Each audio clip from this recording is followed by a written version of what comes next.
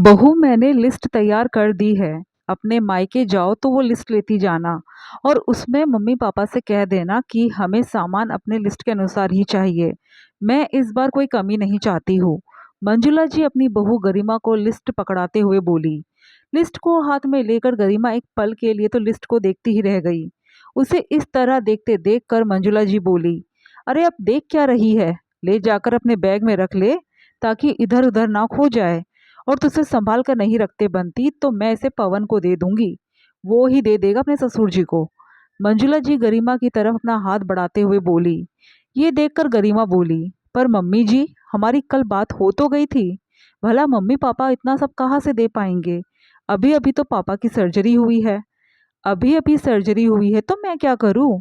उस सर्जरी के पैसे भी तो तुमने लगाए थे। तुम्हारे माता पिता को तो तुमसे लेते हुए शर्म नहीं आई। अब तुमने पैसे दिए हैं तो बदले में क्या तुम्हें वो इतना सा सामान भी नहीं दे सकते। तुम तो वो पैसे लेने को तैयार नहीं हो, तो कम से कम सामान ही ले लो। पर मम्मी जी, पैसे मैंने इसलिए तो नहीं लगाए हैं कि बदले में मम्मी पापा मुझ पर इतना खर्च करें। आखिर भैया का बिजनेस पूरा ठप हो गया है और पापा की बीमारी में थोड़े बहुत पैसे मैंने लगा दिए तो हर्ज क्या है। आखिर कमाती हूँ तो थोड़ा बहुत तो उन पर खर्च कर ही सकती हूँ ना। गरिमा ने कहा, अरे वाह बहू, तुम्हारा बढ़िया है। रहती यहाँ हो, खाती यहाँ का हो और खर्च उन पर करोगी। एक तो हमसे बिना पूछे तुमने पैसे दे दिए और अब ये नाटक कर रही हो। और फिर अभी तुम कौन सा कमा रही हो। बेटे को होने के बाद तो तुमने जॉब छोड़ रखी है। मुझे कुछ नहीं सुनना, तुम तो ये लिस्ट दे देना, आखिर समाज में हमारी भी कोई इज्जत है। पर मम्मी जी, मैं कमा नहीं रही हूँ तो क्या हुआ। पापा की बीमारी में जो पैसे लगाए थे वो तो मेरी सेविंग से लगाए थे। मैंने तो पवन जी से कोई पैसे नहीं लिए थे। अरे वाह, मायके के लिए तो अब मेरा तुम्हारा होने लग गया। भूलो मत, अब तुम इस घर की सदस्य हो। तुम्हारी कमाई पर हमारा पहला हक है। और रही बात सामान की, तो जब तुम्हारी बेटी हुई थी तब मैंने कुछ नहीं कहा था, लेकिन अब मेरे पोते का मुंडन है, इसमें मुझे कोई कमी नहीं चाहिए। कहकर मंजुला जी अपने कमरे में चली गई। गरिमा पर्ची को थामे ऐसे ही खड़ी रही। आखिर बेटी के टाइम पर भी क्या कमी रखी गई थी। उस समय भी काफ़ी कुछ मांगा गया था और मम्मी पापा ने वो सब कुछ दिया भी था। उस समय तो उनकी स्थिति बहुत अच्छी थी। भाई का बिजनेस अच्छा चल रहा था तो वो अच्छा कमा रहा था। पापा की नौकरी भी अच्छी थी। लेकिन भाई की शादी के बाद सब कुछ गलत ही गलत हुआ। भाभी पहले से ही किसी और को चाहती थी, पर माता पिता के दबाव में आकर शादी कर ली। लेकिन शादी के बाद ससुराल में आकर तमाशे शुरू कर दिए। माता पिता के दबाव में आकर शादी तो कर ली, लेकिन शादी के बाद मुखर हो गई। अब वो खुलकर कह रही थी कि वो शादी को नहीं निभाना चाहती। वो अपनी ज़िंदगी उस शख्स के साथ जीना चाहती है जिससे साथ वो प्यार करती थी। इसके लिए वो तलाक चाहती थी, पर तलाक के एवज़ में अच्छा खासा पैसा भी चाहती थी। लेकिन भाई और मम्मी पापा ने पैसे देने से इनकार कर दिया। केस कोर्ट में गया और वहाँ वो साफ मुकर गई कि वो ससुराल में नहीं रहना चाहती। आखिर केस लंबा खींचते देखकर मम्मी पापा ने पैसे देकर इस आफत से खुद को मुक्त किया। लेकिन इन सब के चक्कर में भाई ने काफ़ी मानसिक यंत्रणा झेली। इस कारण वो अपने बिजनेस पर ध्यान भी नहीं दे पाया और धीरे धीरे उसका बिजनेस पूरा ठप पड़ गया। पहले शादी का खर्चा और उसके बाद में तलाक, इन सब में ही पापा के पास की सारी सेविंग खर्च हो गई। ये सब क्या कम था कि पिछले महीने उसके पापा को हार्ट अटैक आ गया। इसके कारण बाईपास सर्जरी करानी पड़ी। घर की माली हालत खस्ता थी, इसलिए गरिमा ने अपने पास से अपनी सेविंग्स के पैसे निकाल कर दे दिए। भाई ने कहा भी था कि जब उसका काम वापस ठीक हो जाएगा तो वो पैसे चुका देगा, लेकिन गरिमा ने इसके लिए मना कर दिया। बस यही बात मंजुला जी को बुरी लगी।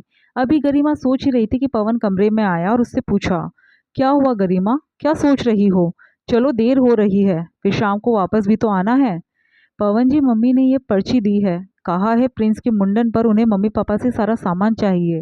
भला मम्मी पापा भाई कहाँ से सामान दे पाएंगे। गरिमा ने पर्ची दिखाते हुए कहा, लाओ मुझे दो, मम्मी से मैं बात कर लूँगा, अभी तो फिलहाल तुम चलो। कहकर पवन गरिमा को लेकर वहाँ से रवाना हो गया। शाम को जब वो लोग वापस आए तब मंजुला जी ने घर में घुसते ही गरिमा से पहला सवाल यही किया, बहू, मैंने तुम्हें जो बोला था वो काम कर दिया तुमने। उनकी बात सुनते ही गरिमा ने पवन की तरफ देखा तो पवन ने उसे अंदर जाने का इशारा किया। गरिमा के अंदर जाते ही पवन ने मंजुला जी से कहा, मैंने उसे मना किया था वो पर्ची देने के लिए। क्यों, रीति रिवाज का तो देना ही पड़ेगा ना। फिर क्यों मना किया। अरे नाती का मुंडन है तो क्या ऐसे ही मुंह उठाकर चले आएंगे। मम्मी उन्हें जो देना है वो अपनी खुशी से देंगे, हम मांग कर नहीं लेंगे। और रही बात बेटे के मुंडन की, तो मेरा बेटा है, मैं इस काबिल हूँ कि उसका खर्चा उठा सकता हूँ। तो खर्चा तो तू ही उठा रहा है ना, लेकिन ये तो शगुन के तोहफे होते हैं जो बच्चे के ननिहाल से आते हैं। ऐसे कैसे तोहफे मम्मी जो मांग कर लिए जा रहे हैं, जिसके लिए बकायदा पर्ची बनाई जा रही है। तोहफा है तो बच्चों को मिले, पूरे खानदान के लिए क्यों मांगे जा रहे हैं। पवन की बात सुनकर मंजुला जी चिढ़ते हुए बोली, देख पवन, ये तो रीति रिवाज का है, हम भी दूसरों से लेकर बैठे हैं तो हमें भी देना पड़ेगा। एक तो बहू पहले ही इतने पैसे देकर बैठी हुई है उन लोगों को, इतना सा सामान भी नहीं लेकर आ सकते क्या वो लोग। तो मम्मी आप शगुन के नाम पर वो पैसे मांगना चाह रही हो। पवन के बोलते ही मंजुला जी चुप हो गई। मम्मी ये बात तो गलत है, गरिमा के मायके में इतनी मुसीबतें आई है, उसके बावजूद भी सब कुछ जानते हुए आप इस तरह की बातें कर रही हो। एक पल के लिए भी आपको ये नहीं लगा कि मैं पर्ची कैसे भिजवा रही हूँ। कम से कम इंसानियत के नाते ही आपको ऐसा तो नहीं करना चाहिए था।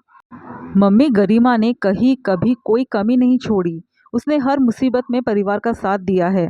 पर आज उसका परिवार तकलीफ में है तो आपको भी साथ देना चाहिए था। पर आप ऐसा बचपना कर रही हो। शगुन को शगुन ही रहने दो, उसे जबरदस्ती का सिरदर्द तो मत बनाओ। पवन की बात सुनकर मंजुला जी कुछ कह नहीं पाई। आखिर बात तो सही थी, शगुन को शगुन ही रहने दो, भला उसे सिरदर्द बनाने से क्या फायदा। और फिर ऐसे शगुन का क्या काम जो रिश्ते खराब कर दे।